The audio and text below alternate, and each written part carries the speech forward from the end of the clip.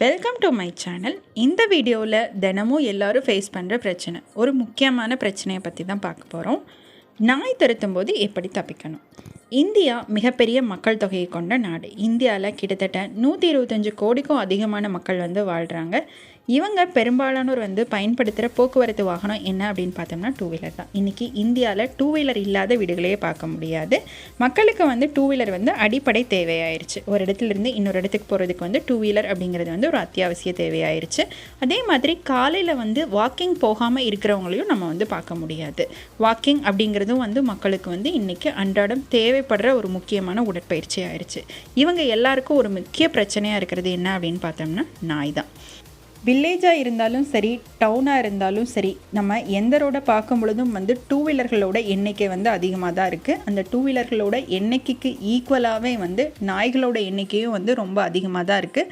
இந்த நாய்களோட வேலை என்ன அப்படின்னு பார்க்கும்போது டூ வீலர்களை போகிறவங்கள துரத்துறதும் பயப்படுறவங்கள கடிக்கிறதும் வாடிக்கையாக தான் இருந்துகிட்ருக்கு. நம்ம டெய்லியும் நியூஸ் பேப்பர்லேயும் நிறையவே படிக்கிறோம். அது மட்டும் இல்லாமல் காலையில் வாக்கிங் போகிறவங்கள துரத்துறதும் கடிக்கிறதும் வாடிக்கையாக தான் இருந்துகிட்ருக்கு. இந்த நாய்கள்கிட்டருந்து எப்படி தப்பிக்கிறது அப்படிங்கிறது தான் பார்க்க போகிறோம். இது கண்டிப்பாக ஒரு முக்கியமாக யூஸ்ஃபுல்லான வீடியோ. உங்களோட ஃப்ரெண்ட்ஸுக்கும் ஷேர் பண்ணுங்கள், எல்லாருக்குமே யூஸ்ஃபுல்லாக இருக்கும். அல்ட்ராசானிக் விசில் மார்க்கெட்டில் அல்ட்ராசானிக் விசில் விற்பனையாகுது.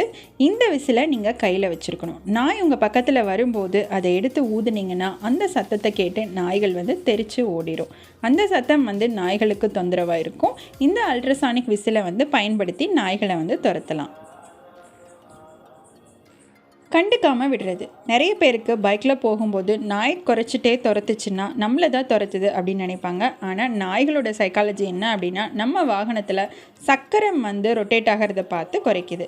அதை நம்ம கண்டுக்காமல் தொடர்ந்து வாகனத்தை ஓட்டிகிட்டு போனோம்னா எந்த ஆபத்தும் கிடையாது. ஆனால் பயத்தில் வேகமாக போனோம்னா நம்மளுக்கு தான் ஆபத்து. அதனால் நாய் குறைச்சிட்டே துரத்தும் போது அல்ட்ராசானிக் விசில் யூஸ் பண்ணலாம். அப்படி இல்லைன்னா நம்ம பாட்டுக்கு கண்டுக்காமல் போய்கிட்டே இருக்கலாம்.